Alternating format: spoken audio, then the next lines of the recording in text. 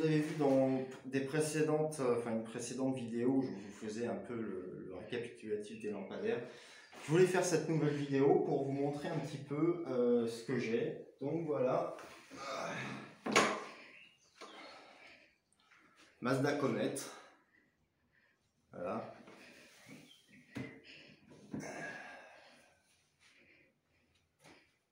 Encore un autre modèle de Mazda Comet. Un modèle un peu plus récent. Alors celui-là, je sais pas ce que c'est la marque, hein, mais c'est un lampadaire des années 70-80, comme ça. Et mes préférés, alors vous ne serez pas étonnés, mais ce sont ces fameux lampadaires au tube néon. Voilà. Alors, on observe que le câblage est un câblage standard, avec deux prises plus une prise de terre.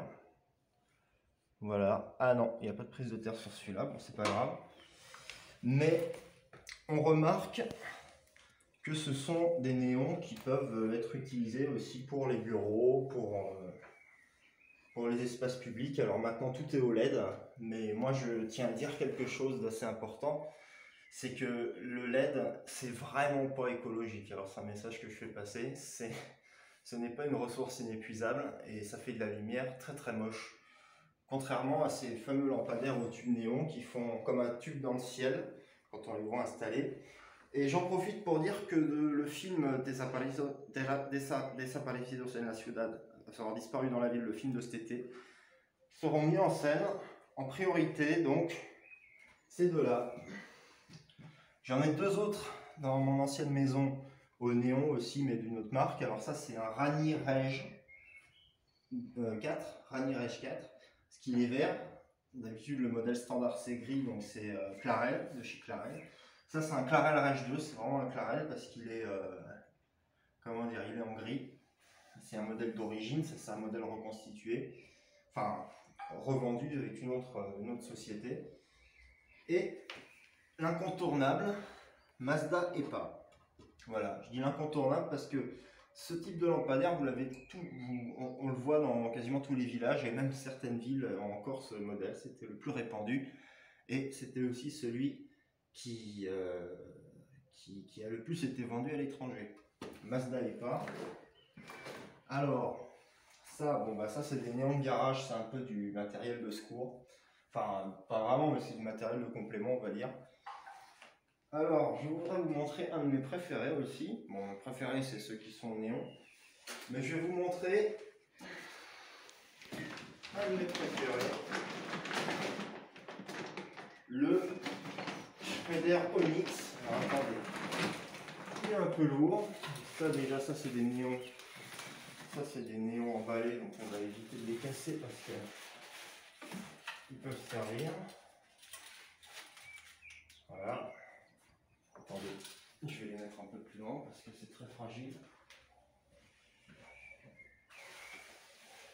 Voilà. Donc voilà, un modèle incontournable sur les autoroutes. Incontournable. Le voici.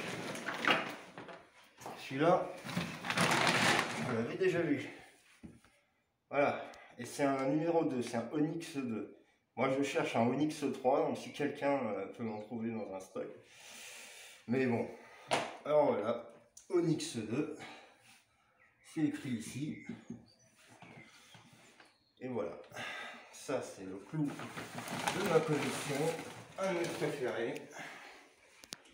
Il est un peu lourd ce modèle d'ailleurs, mais bon, c'est pas grave. Et voilà, et sinon, il y en a aussi que j'ai à remonter. C'est-à-dire remonter, c'est... Comment dire, c'est remettre des vis et des boulons. Sur celui-là, qui est un modèle des années 50. Donc voilà, il est en plusieurs parties. Il faut juste que j'achète des vis, des boulons et que je mette une douille. Celui-là, bon bah ça je suis moins fan. Hein. Ça clairement je suis moins fan.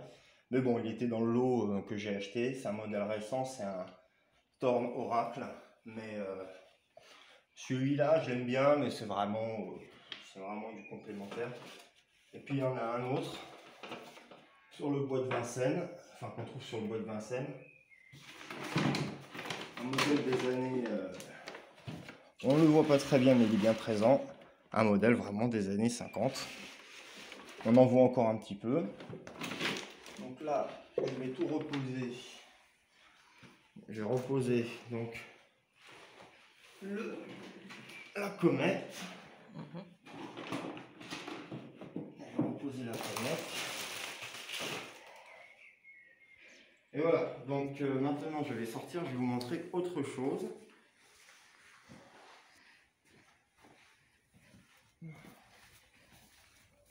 Venez par là.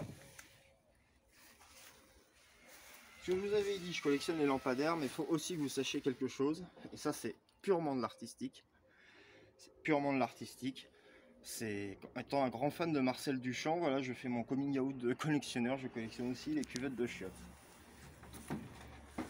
En voilà deux, plus un lavabo. Le reste est encore à Créteil, mais ça va bientôt venir ici. Et puis voilà. Voilà. On les voit bien là?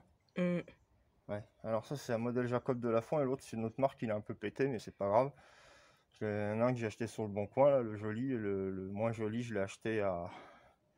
Je l'ai même pas acheté, pardon, je l'ai trouvé dans la rue, je trouve que le modèle était sympa.